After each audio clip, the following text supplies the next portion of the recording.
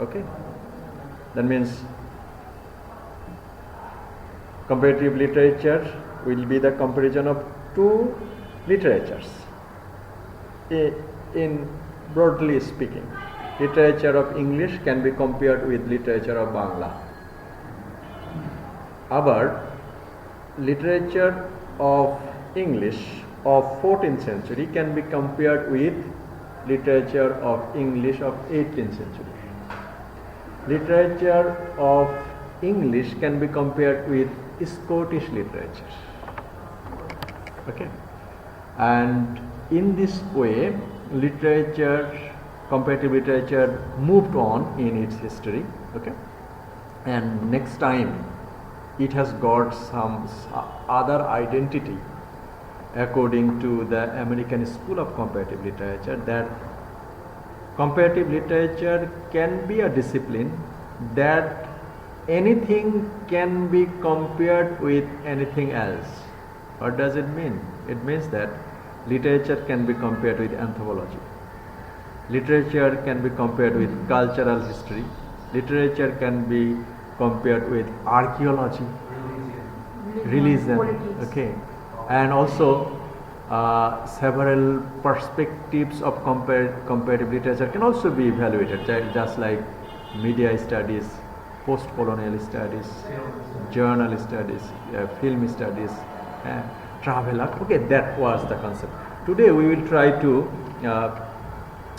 focus on some school of comparative literature. Okay, Indian comparative literature offered a change in the attitude and perspectives. What are the change? Whenever Western and European graduates were moving on to a new discipline like gender studies, cultural studies, their attitude to comparative literature were being scrutinized and observed from outside. Okay, in the Western countries, previously I had been talking with someone else, that is, how many subjects are there at Jagannath University at present? 38 subjects. Okay, but yesterday we had been discussing that at Edinburgh University, Scotland, they have 187 subjects for PhDs. Where is 38 and where is 187? That means every time they flourish their curricula, syllabus. Okay, and for this reason new subjects are there, and whenever a new subject comes up in European and Western countries, everybody rushed over there to study the subject.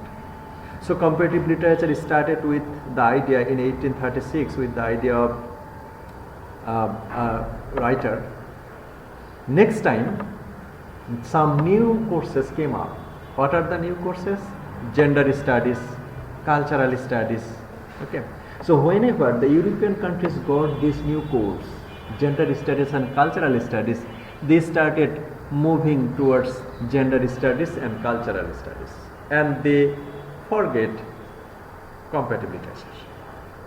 But this scenario was not similar to the Indian perspectives.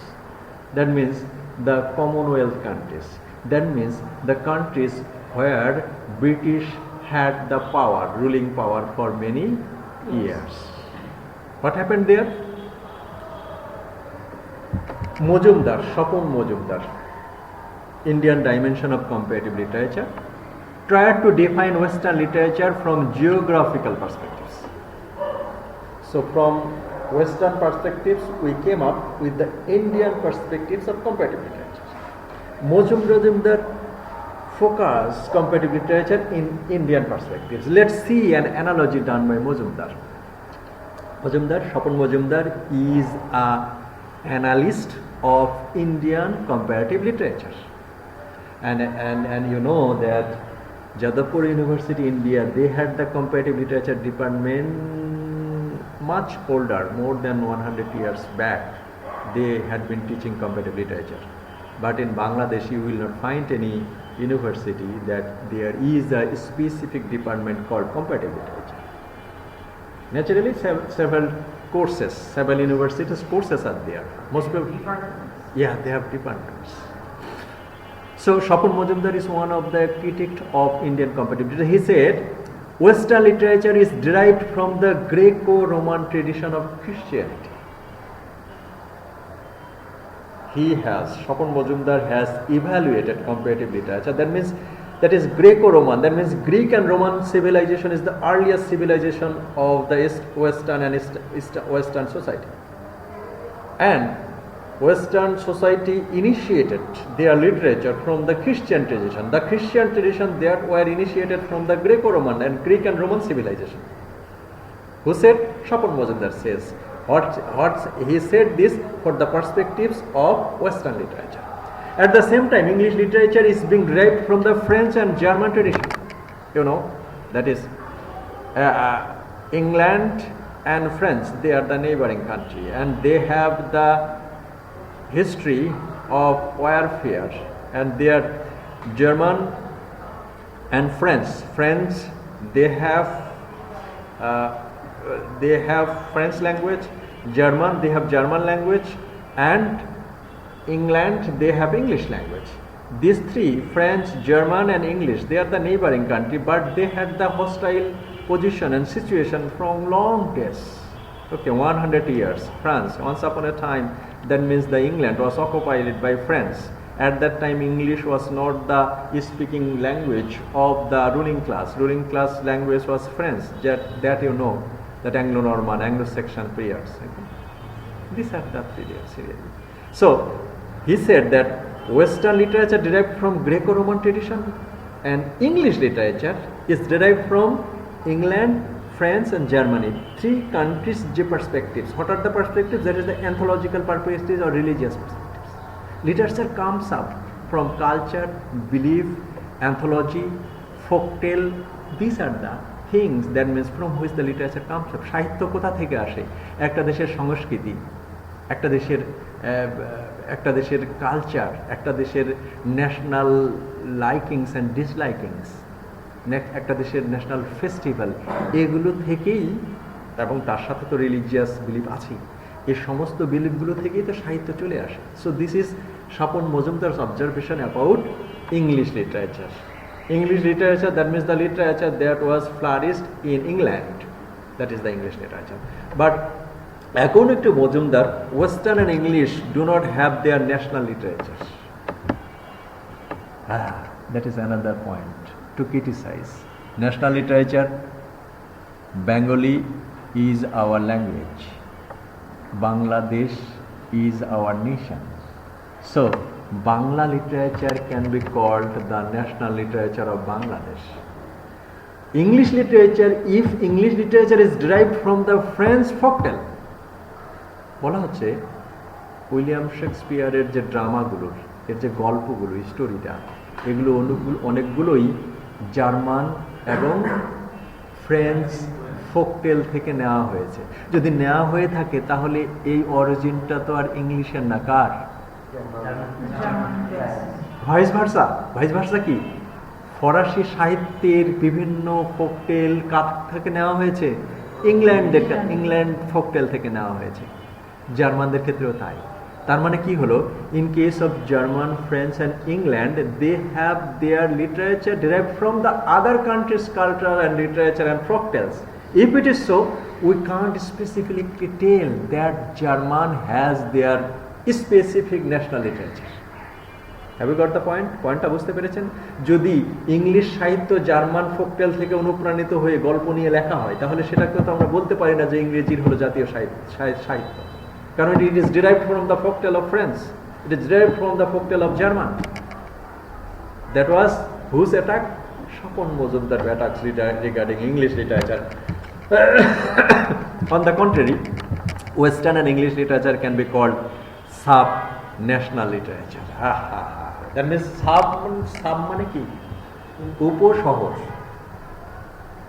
Subsidy মানে কি? কিছু subsidy মানে উপশহর। শহর হচ্ছে main, এর পাশে যেটা সেটাকে বলা হচ্ছে উপশহর, মানে কম গুরুত্বপূর্ণ। তাহলে ইংলিশ সাহিত্যটাকে যদি আমরা ন্যাশনাল সাহিত্য না বলতে পারি, তাকে এই জন্য শপন মজুমদার বলছে এটা কি? উপসাহিত্য। and উপসাহিত্যের ডিগনিটি এবং মর্যাদাটা কি সাহিত্যের থেকে, ন্যাশনাল সাহিত্যের থেকে কম? And what is his logic?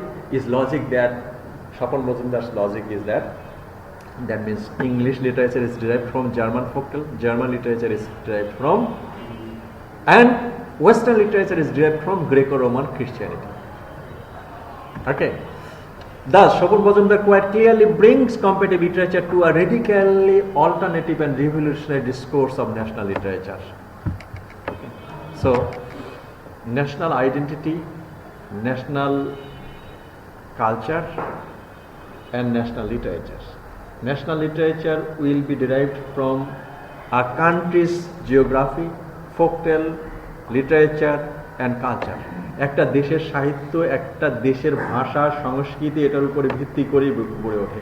So Swapan Majumdar সেটাকে বলছে যে রেডিক্যালি অল্টারনেটিভ আর revolutionary steps of national literature, while west makes the division of the great literature as well as majority and minority literature. Western, okay, Shapon Mojumdar said that German literature is the sub-national literature and national literature. But Western literary critic, they placed literature of the world that majority literature and minority literature. What is the parameter of putting a literature as a major literature? একটা লিটারেচারকে আপনি কখন বলবেন major literature এবং কখন বলবেন minor literature? এটার কোনো ব্যাখ্যা ওয়েস্টার্নদের কাছে নেই, বাট তারা বলছে যে আমাদের লিটারেচারটা মেজর আর অন্য লিটারেচারটা কি minor. Why? Because we have our language, we have our literature. So our literature is major literature from our perspectives. And same thing happening over there in the Western perspective. They say that our literature is major literature and other literature is minor literature. So they make this division. Okay. And broadly speaking, Mojumdar's articulation of subnational literature, West European and English literature lost their identity a bit because he has his logic. Who? Shapon Mojumdar has his logic. Okay, and for this reason he put Western literature, national literature and sub-national literature. কিছু কিছু সাহিত্য যদিও কি প্রকৃত অর্থে ইংল্যান্ডের যে আদি ভাষা কেল্টিক ভাষায় লিখিত হয়, তাহলে স্বপন মজুমদার বলছে যে এটা তাদের ন্যাশনাল লিটারেচার। কিন্তু কিছু কিছু ভাষার মানে কিছু কিছু সাহিত্যের থিম, কিছু কিছু সাহিত্যের ঘটনা, স্টোরি যেটাকে বলে প্লট, হ্যাঁ, অরিজিন যদি হচ্ছে জার্মান হয়, সেটাকে উনি বলছেন যে এটা ইংরেজি ভাষায় লেখা হলেও এটা কি sub national literature. And discourse of the national literature gets refueled and reinforced. Bhumike Bhabha, another Indian British scholar, Indian-born British scholar, Bhumike Bhabha, critical theorist. He is the Anne Frank Rothenberg Professor of the Humanities at Harvard University. Echoes a quite similar attitude by his new emphasis on the post-colonial literature. Bhumike Bhabha says, আজকে কি ইয়েটের class না, এই জন্য চলে আসলেন? Good, তাই নাকি? না, লিডার তো বেশ থাকবে। ওকে, সমস্যা নেই। তাহলে হোমিকে ভাবা Indian born British analyst and theorist, and he is the Anne F. Rothenberg Professor at the Humanities at Harvard University.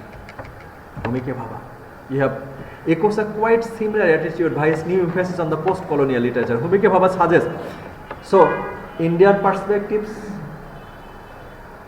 After that, Homike Bhabha, he has also evaluated literature from the post-colonial perspective. What is that? Cross references can be termed as a cross-cutting of the social significance which undermines the diverse cultural and ethnic relevance. That means cross-reference, that means whenever you will be referring a country's culture with others country's culture, that actually undermine the importance of literature.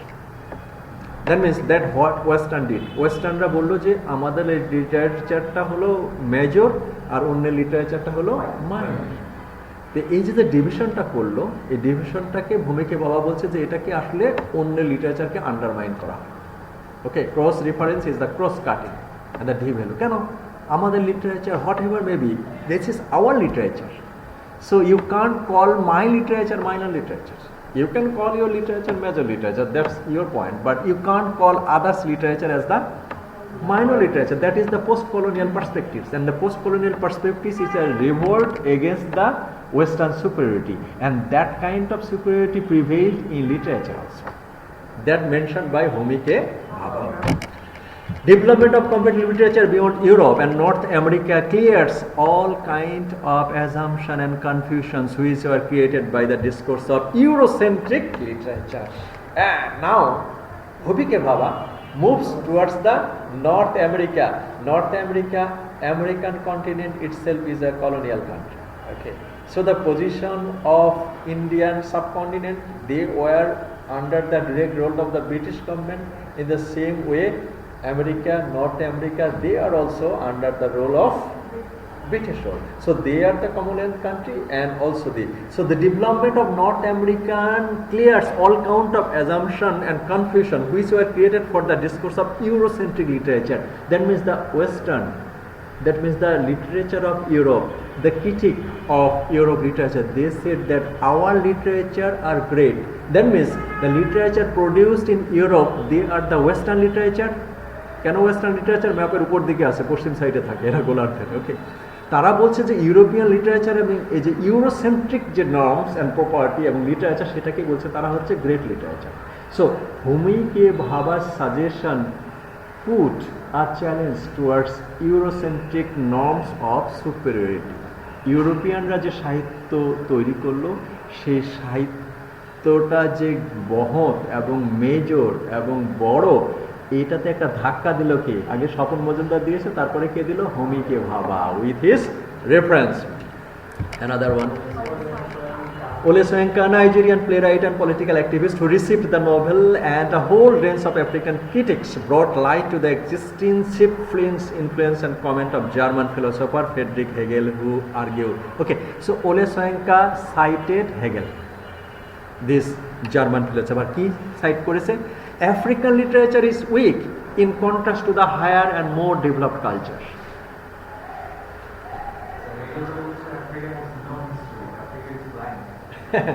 So this comment was challenged by Ole Soyinka. কি বলছে উনি? This means Hegel denied the standard African history and culture. আমার মেয়েরা standard 2-3 পড়ে, হ্যাঁ, তো বলছে বাবা স্ট্যান্ডার্ড মানে কি? তাই বললাম স্ট্যান্ডার্ড মানে লুঙ্গি। এক সময় স্ট্যান্ডার্ড লুঙ্গি নামে একটা ভালো লুঙ্গি ছিল। ওকে, সাদিয়া মল্লিকা, আপনার মোবাইলটা ব্যাগের মধ্যে রাখেন। হ্যাঁ, তাহলে হ্যাগেল কি বললেন? যে আফ্রিকান কালচারটা হলো উইক। কালচার কি ভাত টাত খায় নাকি? দুর্বল আর শক্তি কালচার, এটাই বলেছেন এই জার্মান ফিলোসফার হ্যাগেল। বলছে কি আফ্রিকান কালচারটা হলো week in contrast to the higher and more developed culture. In which way you will be evaluating a culture that is our culture is higher? আপনারা তো সবাইকেই নাম ধরে ডাকেন, বাপকেও নাম ধরে ডাকেন, টিচারকেও নাম ধরে ডাকেন। তাহলে এই কালচার যদি হায়ার হয়, তাহলে আমরা যে আপনি বলি, হ্যাঁ, আমরা যে গলাগলি করি, ব্রাজিলরাও করে। হ্যাঁ, তার মানে কোনোভাবেই আপনি আপনার কালচারকে হায়ার বলবেন এবং অন্য কালচারকে লোয়ার বলবেন, এটা হতে পারে না। Okay, that was commented by Hegel, and that commented was challenged by Ole Soyinka. Ole Soyinka said that means Hegel denied the standard African history and culture. Whatever may be the culture of Africa. Africa এরকম 52টা দেশ। Africa কত? 52টা না 36টা? কয়টা? এই যে এতগুলো দেশ, এটা তো পুরো আফ্রিকা। হ্যাঁ, এটা পুরো আমেরিকা, ঠিক আছে। এদিকে পুরো এশিয়া, ইউরোপ 47। তাহলে আফ্রিকার একটা এতগুলো দেশ, এদের যে কালচার, এই কালচারটাকে আপনি ডিনাইট করবেন, বলবেন এই culture? So that was challenged by Ole সোয়িঙ্কা।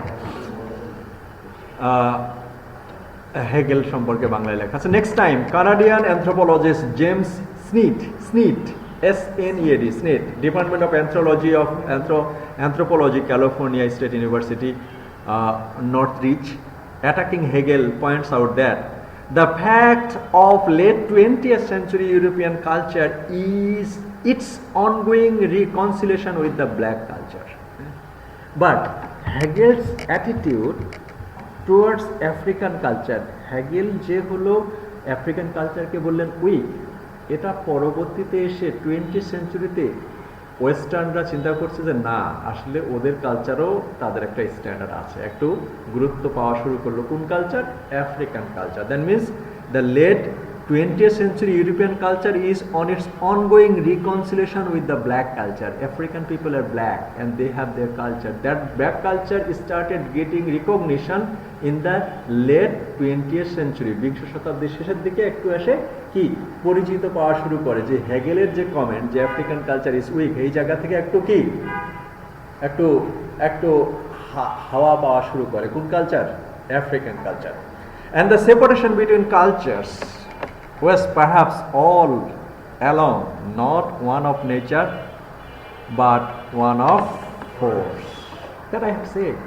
That in which way you will call my culture weak culture? What is your logic? The logic is that you have force.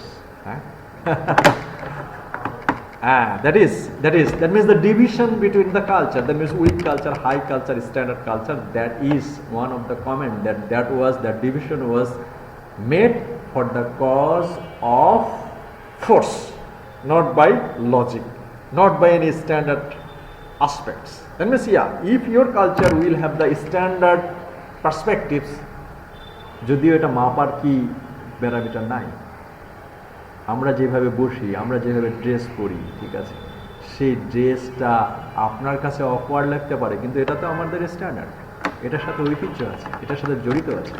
Okay, so that is the picture. So thus the picture of comparative literature study changes according to the places where it is taking place.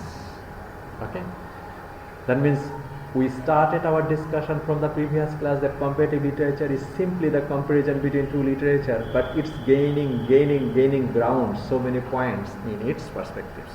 Okay, African, Indian, Caribbean critics have challenged the refusal of Western literary criticism to accept the implication of the literary and the cultural policy. Okay, so they say that actually what is the cultural and literary policy of the Western people? Their culture and policy is that our literature is great, our language is great, and other literature, that means the African literature, Asian literature, American literature, all are weak. যেহেতু তাদের culture week, তাদের literature week. এই যে ইভ্যালুয়েশনটার প্রতি challenge ছড়িয়ে দিল কে? Study, যখন comparative literature discipline আসলো। Okay, so and that also changed the cultural policy. British literary theorist and critic Terry Eagleton argued that literature is an inherited word, which means an ideology. Inherited, we have some inherited power. That means every human being will start laughing at them for the cause of their happiness. মানুষ, প্রত্যেক মানুষ যেমন খুশি হলে হাসবে, মাঝে সাথে আবার গানও শুনবে, গানও গাইবে, এটা হলো ইনহেরিটেড কোয়ালিটি। এই জন্য টেরি ইগলেটন বলছেন যে literature is the inherited quality of a nation. A nation will have some folk, Poila Boishakh and others, folk tale. These are the part and parcel of a nation, and that are the inherited part. And for this reason, to Terry Eagleton, the emergence of English as an academic subject in the 19th century had a quite clear political implications. Okay. In the whole Indian subcontinent period, they have 4 business stations. British 4 business stations, Chennai, Kolkata, and others. Within the 4 stations, they came up, and with the rise of their business, they started putting their language, and after that, they occupy the power of all parts, not only in India. Okay, so that is the clear political implication. So whenever you will be reading Shakespeare, you will surrender the culture and literature of the West. এটা অত্যন্ত সুচারুভাবে politically ব্রিটিশরা প্রথমত বলল যে এদের ক্ষমতা দখল করতে হলে এদের আগে মন দখল করতে হবে। মন দখল করতে হলে কি করতে হবে? একজন ইয়েস নো ভেরি গুড মার্কে একটা ইংরেজি বলা শুরু করলো, তাকে এখন এই সময় যদি কাউকে বলা হয় যে আপনাকে 20 কোটি টাকা 20 লাখ টাকা মাসে বেতন দেওয়া হবে, তাহলে কি হবে? ও তো মানে সেন্সলেস করে মারা যাবে। ওকে, যদি তাই হয় না, সেই সময় তারা এরকম ভাবে যে ইংরেজি একটু শিখলে তাকে ওই রকম টাকা বেতন দিচ্ছে, তখন সবাইকে ইংরেজি শেখার দিকে ধাবিত হয়েছে, তাদের কালচারের দিকে ধাবিত হয়েছে, তাদের লিটারেচারের দিকে ধাবিত হয়েছে, তাদের ভাষার দিকে ধাবিত হয়েছে। আস্তে আস্তে তারা সুপার স্টেশন গুলোকে ওয়াইড আউট করার চেষ্টা করেছে, যেটাই তাদের কালচার। এই জিনিসগুলো, that is the political implication, that is the establishment of the English subject as the English subject, as the universities, as we are Department of English, was the result of the vast social changes brought about the aftermath of the First World War.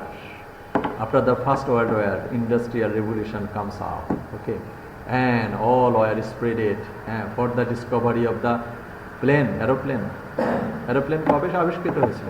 1903 সালে, right brothers. এর আগে aeroplane ছিল না। মানুষ সারা বিশ্ব কিভাবে ঘুরত? হয় জাহাজে, নয় ঘোড়ার পিঠে চড়ে, স্টিম ইঞ্জিন। ওকে, 1836 সালে সারা ভারতীয় উপমহাদেশে ট্রেন নিয়ে আসলো তখন। কিন্তু তখন সেই ব্রিটিশরা ট্রেন নিয়ে আসলো তারও কত বছর আগে, 1757 সালে পলাশের যুদ্ধে ব্রিটিশরা ক্ষমতা দখল করেছে। তার 1757 থেকে 1903 সাল এই পর্যন্ত যোগাযোগ কিভাবে হয়েছে? জলপথ আর স্থলপথে। প্লেন তখন আবিষ্কার হয়নি। প্লেন আবিষ্কার হওয়ার পরে এই যে সোশ্যাল চেঞ্জ যখন বিভিন্ন জায়গায় হলো, এবং প্রথম বিশ্বযুদ্ধের পরে যখন ইন্ডাস্ট্রি তৈরি হলো, চাকা আবিষ্কার হলো, প্রেস আবিষ্কার হলো, সমস্ত কিছুর জন্য সমস্ত ইনফরমেশন হাতের কাছে সবার চলে আসলো, তখন আসলে দেখলো যে ইয়েস, আমি যে স্টিম ইঞ্জিন, আমি তো প্লেন আবিষ্কার করলাম, কিন্তু প্লেনের ম্যানুয়াল লেখা ইংরেজিতে। প্লেন চালাতে হলে আমাকে কি করতে হবে?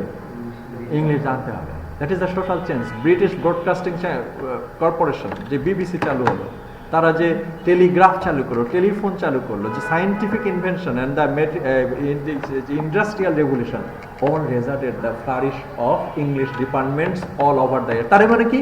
আমাদেরকে ইংরেজি জানতে হবে। ইংরেজি জানতে হলে প্রত্যেক ইউনিভার্সিটিতে ইংরেজি সাবজেক্ট থাকতে হবে। Okay, social and economic changes. That is Terry Eagleton. The Great War, the World War First, causes chauvinism. Chauvinism means excessive patriotism. আমার দেশকে প্রাণের থেকে বেশি ভালোবাসাকে বলা হয় chauvinism. That is a negative words. That means একটা দেশকে অনেক বেশি ভালোবাসলে যেটা হয় কি, যে আমার দেশ ছাড়া পৃথিবীতে যে অন্য দেশ আছে এটা আর থাকে না। এই জন্য এটাকে বলা হয়, এটা আছে negative collocation. So chauvinism, exaggerated and aggressive patriotism, which also creates ruling class rhetoric.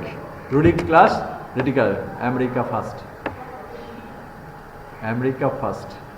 Donald ট্রাম্পের নির্বাচনী ক্যাম্পেইন কি ছিল? মেক আমেরিকা গ্রেট এগেন, এটা ছিল। আর আরেকটা ছিল আরেক আমেরিকা ফার্স্ট, এরকম কি একটা ছিল, আমেরিকা ফার্স্ট। মানে আমেরিকা ফার্স্ট মানে কি? এই বিশ্বে যে 213টা দেশ আছে, এই সমস্ত দেশগুলো হলো হয় সেকেন্ড নয় থার্ড, না হলে ফোর্থ। ফার্স্টকে that is called chauvinism. Okay, English literature wrote on power as a literature of wartime nationalism. প্রথম বিশ্বযুদ্ধে যারা জয়লাভ করলো, তাদের সাহিত্যই হলো ইংরেজি সাহিত্য, তাদের ভাষাই হলো ইংরেজি ভাষা। সমস্ত international organization, economic organization, sports organization, সমস্ত অর্গানাইজেশন আমেরিকা আর ব্রিটিশ। তাহলে কি, এই যে ভলিবল ফেডারেশন, এটারও সদর দপ্তর নাকি হচ্ছে ইয়াতে, আমেরিকাতে। দুই একটা দেশ সিনাপোটা, মানে ওই যে ফুল জোরে জোরে মারলে হচ্ছে কারো গায়ে একটা ফুল রেখে যেমন এরকম চলে যায়, এরকম একটা সুইজারল্যান্ডে দুই একটা জায়গায় সদর দপ্তর পড়ছে। কিন্তু বাকি তো সবই কোথায়? এই হয় ব্রিটেন, নাই হচ্ছে আমেরিকা। হ্যাঁ, so that is, so with literature Englishmen could regroup both to explore and to find some alternative to the nightmare history of the First World War. Okay, so that is, Eagleton's explanation connects to the aspiration of the early comparatists who tried to transcend and overcome the cultural boundaries and to unite the human race through the civilizing power of great literature. এই জন্য টেরি এগেলটন বললো যে এই তোমাদের ঝগড়াঝাটি থামাও, western literature, African literature, American literature, এইসব ঝগড়াঝগড়ি থামাও, ঠিক আছে? সবাইকে একটা আমব্রেলার নিচে আনো। আমব্রেলার লিটারেচারে বললো যে উইক লিটারেচারও বলার দরকার নাই, স্ট্রং লিটারেচারও বলার দরকার নেই, বললো যে একটা সবাইকে আমরা একটা ছাতার নিচে আনি। ছাতাটা কি? World literature. ওকে, সেটা বললো। But English literature was itself in its crisis of identity. তাহলে টেরি এগলটন যে সাজেশন দিলেন যে yes, from this time onwards we will be calling all great literature that is the world literature, that means the literature which will have the reputation of a worldly critic or art, that is called world literature. That means Terry Eagleton came up with a suggestion for this cultural fighting, cultural war. প্রথম বিশ্বযুদ্ধের পরে যেটা ঘটলো, যেমন বিভিন্ন দেশ দখলের, বিভিন্ন দেশকে অর্থনৈতিকভাবে দখলের যে একটা যুদ্ধ তৈরি হয়েছিল, সেই পার্সপেক্টিভে টেরি এগলটন বললো যে এসব যুদ্ধ না করে প্রত্যেক লিটারেচারই গ্রেট, প্রত্যেক লিটারেচারের মধ্যে যদি কোনো ভালো গুণ থাকে সেই that will be the part of world literature. তার মানে কাউকে আপনি বলতে পারবেন না উইক লিটারেচার, কাউকে আপনি বলতে পারবেন না weak culture. Okay, that was a, but English literature was itself in its crisis of identity. যেটা একটু আগে হিন্টস দিয়েছিলাম যে English literature was derived from the German and French folktale. If it is so, what is the English literature? আগে England, ইউরোপের মধ্যে England জায়গাটা হচ্ছে আবহাওয়া এবং সমস্ত কিছুর জন্য একটু মডারেট, ভালো, ঠিক আছে? এবং ওরা ফরাসিদের দ্বারা শাসিত হয়েছে, জার্মানদের দ্বারা শাসিত হয়েছে, ডানকানদের দ্বারা শাসিত হয়েছে, অনেক বেশি শাসনের শিকার হয়ে ওরা একটা স্ট্যান্ডার্ড সিভিলাইজেশন তৈরি করেছে। হ্যাঁ, ওদের দেশে নিজের সন্তানকেও গায়ে হাত তোলা নিষেধ।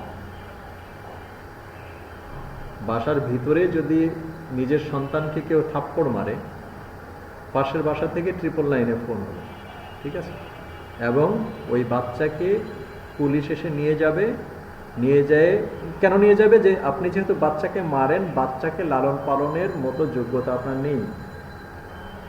এবং এই বাচ্চাকে নিয়ে যায় কি করবে? এই বাচ্চাকে নিয়ে যায় এমন একটা জায়গায় দিবে যে এই আগের প্যারেন্টস আর জানবেই না যে তাদের বাচ্চা কোথায় গেছে। ইভেন কেউ তার ভাই বোন বা কাছের আত্মীয় স্বজনকেও যদি মারামারি করে, গায়ে হাত তোলা, এটা সিভিয়ার। আপনি যত বড়ই অন্যায় করেন, পুলিশ এসে বলবে যে স্যার একটু চলেন আমাদের সাথে যাও, ঠিক আছে? ওকে, তার মানে তারা যে আইডেন্টিটিটা পেয়েছে, তারা অনেক বেশি ঘাত প্রতিঘাতের মধ্যে দিয়ে পেয়েছে। But in terms of literature, এই লিটারেচারের ক্ষেত্রে তারা একটু তাদের আইডেন্টিটি ক্রাইসিস। মানে কি? এই যে বললাম তাদের যে আবহাওয়া ভালো, এখনো 365 দিনের মধ্যে 300 দিনই হচ্ছে ইংল্যান্ডে হচ্ছে বৃষ্টি হয়, লন্ডনে বৃষ্টি হয়। ওয়ার্ল্ডের মধ্যে গ্রিনেস্ট ক্যাপিটাল, এত বেশি গাছপালা ওখানে আছে। এরা সারা বিশ্ব বা শাসন করেছে এবং সেই সব জায়গায় যে শীতের মধ্যে যে গাছগুলো হাসে, ওখান থেকে উঠে নিয়ে আসে ওই দেশে লাগাইছে। হ্যাঁ, মানে সব সময় ওখানে বৃষ্টি হয়, ঠিক আছে? তো এই জিনিসগুলোর জন্য সবাই আসলে গিয়ে, এই যে মার্টিনি তার রেডিও আবিষ্কার করলেন কোথায়? ইংল্যান্ডে বসে। কিন্তু ওখানে ইংল্যান্ডে নাগরিক না। বিদ্যুৎ আবিষ্কার করছেন যারা, তারপর ট্রান্সমিটার আবিষ্কার করেছেন, লোকোমোটিভ, ট্রেনের লোকোমোটিভ যারা আবিষ্কার করেছেন, এই আবহাওয়া এবং কালচারের কারণে তারা ওই ইংল্যান্ডে থাকতে স্বাচ্ছন্দ্য বোধ করেছেন। কিন্তু তারা হচ্ছে ইংল্যান্ডের নাগরিক না। টি.এস. এলিয়ট বাড়ি কোথায়? আমেরিকা। হ্যাঁ, ব্রিটিশে চলে আসলো 1914 সালে, ব্রিটিশে আসলো 1914 সালে এসে উনি love song of J Alfred Prufrock লিখলেন। তারপরে 1923 সালের দিকে সম্ভবত যে উনি ব্রিটিশ সিটিজেন নিয়েছেন, ঠিক আছে? হ্যাঁ, তার মানে কি? এই তাহলে যদি তাই হয়, এখন আমি যদি হচ্ছে ব্রিটেনে যাই, যে আমি যদি ব্রিটিশ যদি নাগরিকত্ব গ্রহণ করি এবং আমি যদি সাহিত্য রচনা করি, আমি যে সাহিত্য রচনা করছি সেটাকে ওনাকে নাম দিয়েছেন যে ডায়াসপোরা লিটারেচার। কিন্তু টি.এস. এর লিটারেচারে বলছে যে না, এটা আমাদের ইংলিশ লিটারেচার। কেন? ওই ভদ্রলোক তো বাড়ি আমেরিকা, উনি তো এখানে এসে ইয়ে করেছেন। হ্যাঁ, এই জন্য বলছে যে English literature what's itself in a crisis of identity. Okay, বড় বড় ব্যক্তিরা সব হার্ভার্ড স্কলারশিপ, কেমব্রিজ থেকে, অক্সফোর্ড থেকে নোবেল পেয়েছে, কিন্তু তারা তো জন্মগ্রহণ করেছে অন্য জায়গায়। ওকে, এই জন্য বলতেছে which once you will be calling English literature. বলছে কোন লিটারেচারটাকে আমরা ইংলিশ লিটারেচার বলবো? There is another historical period about literature produced within the geographical location of England. তার মানে ইংলিশ, বাংলাদেশ ভাষা কি বাংলা, ইংল্যান্ড ভাষা কি English.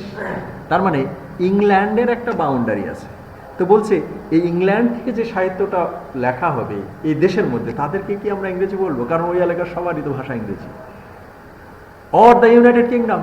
If we go further, United Kingdom is consisted of 4 countries: England, Scotland, Wales and Ireland. Okay?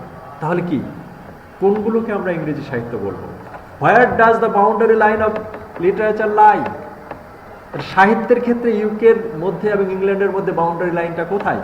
Where does the boundary line of the popular and mass culture lie? আপনি Oxford স্ট্রিটের কালচারটাকেই বলবেন হচ্ছে standard culture, আর galley culture যেটা হচ্ছে স্কটল্যান্ডের হাইল্যান্ডের মধ্যে যে culture ব্যবহৃত হয়, সেখানে কয়েকটা গরু আছে, সেই গরুগুলোর চামড়া হচ্ছে এত বড়। ঠিক আছে, কারণ ওই আবহাওয়ার মধ্যে ওই গরুটাই ইয়ে করতে পারে। তাহলে ওদের কালচারটা, স্কটল্যান্ডের কালচারটাকে আপনি ইংলিশ কালচার বলবেন না? বলবেন না। তাদের লিটারেচারটাকে আপনি ইংলিশ লিটারেচার বলবেন না? বলবেন না। So that question arises. Once upon a time English meant বেউল। আমাদের ভারতীয় উপমহাদেশে যেমন মাইকেল মধুসূদন দত্ত থেকে শুরু করে রামায়ণ, মহাভারতা এগুলো আছে না, সেরকম ইংরেজি সাহিত্যে অ্যাংলো সেকশন লিটারেচার কি বেউল। তার মানে ইংরেজি সাহিত্যের পরিচিত গেলে হলেই আমরা বলতেছি যে বেউল ইজ ইট। কিন্তু বেউল কি আসলে ইংরেজি? দেখা যাক। Beul, a text of the Virginia old that has that day has gone. কিন্তু আমরা তো এখন বেউল পড়তেছি। প্রথম বেউলকে তারা দাঁড়ি করেছিল যে এই বেউল, এখন আমরা জানি যে বেউলফের রাইটারের নাম যারা জানি অ্যানোনিমাস, কিন্তু প্রথম তারা বলছে যে বেউলফ লেটার হলো ভার্জিনিয়া উলফ ছিল। তারা বলছে, কারা বলছিলেন? ইংল্যান্ড। কেন বলছিলেন যে ভার্জিনিয়া উলফ হলে এই বেউলফ হচ্ছে তাদের লিটারেচারের অংশ হয়ে যাবে? সেই দেশ সেই সময় চলে গেছে। and that what to include and exclude from the English literature syllabus. আমরা মডার্ন ইংলিশ পোয়েট্রি পড়ি না?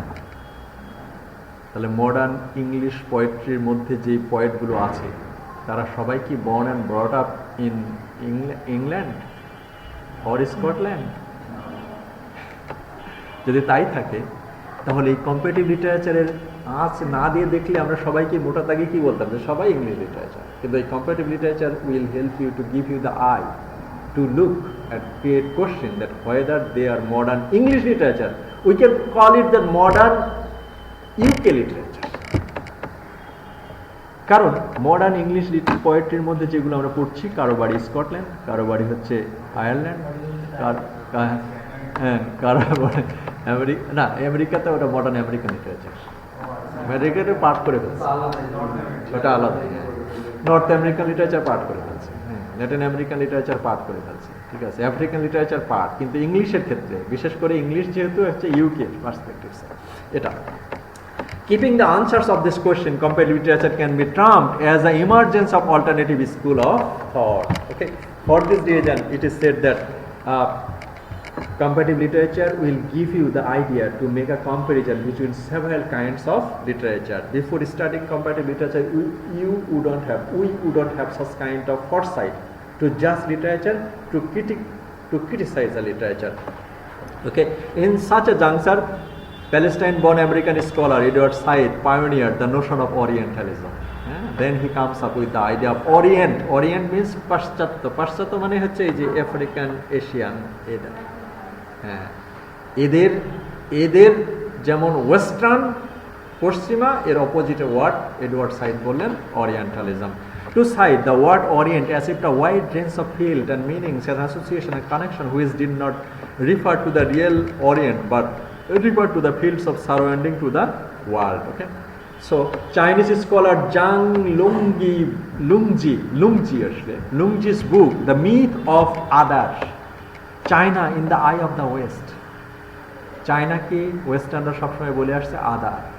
এটাকে এরকম একটা রাইটার, এই যে চাইনিজ রাইটার, তাকে বলছে দ্য মিথ অফ আদার। এই যে আদার বলে যে মিথ, একটা বিশ্বাস যে অন্যের দিকে মানুষের, অন্যের কালচার, ভাষা তুচ্ছাতে ব্যবহার করার যে মিথ, যে বিশ্বাস, ভ্রান্ত বিশ্বাস, এটাকে ক্রিটিসাইজ করেছেন এই Chinese language. Points out that for the West China is a land in the Far East becomes traditionally the image of the ultimate others. They put China as an example of others. That means they are quite different from the Western culture for the cause of their skin color, for the cause of their body size, for the cause of their literature, for the cause of their fooding habit, clothing habit, and others. Okay, they have put separate in a separate line. That is the othering. Such notion of otherness is challenged by the non-European critic. Okay. So no, you can't make the division between people to people. They have their culture. You can't call that they are the other people.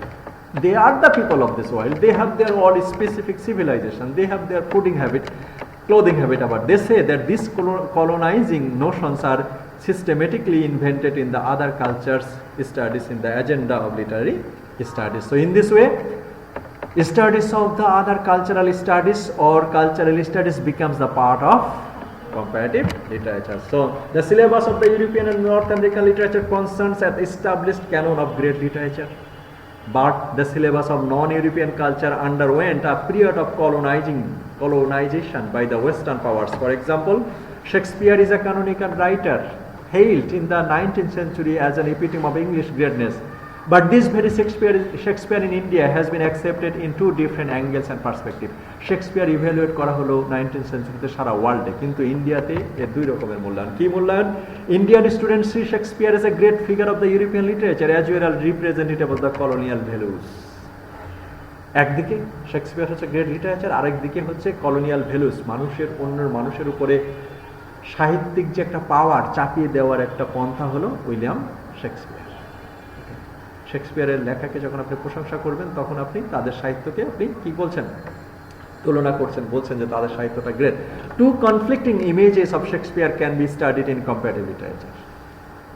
Comparative literature gets a period of crisis in the West, but for the growth of national consciousness and awareness, many nations need to move beyond the colonial legacy and attitude developed by the study of the comparative literature significantly in the many countries of the other like China, Brazil, India, and many African nations. So in the Western period when cultural literature was losing its importance, but comparative literature was gaining ground, অন্য জায়গায় Asia, Africa, অন্য India, Brazil, China, এইগুলোতে comparative literature অনেক বেশি আদৃত হয়েছিল। কেন আদৃত হয়েছিল? Comparative লিটারেচারের lens দিয়ে দেখলে তাদের নিজের সাহিত্যকে, নিজের সংস্কৃতিকে অনেক বেশিভাবে মূল্যায়ন করা হচ্ছে। Okay, so thank you for attending the class. Okay, R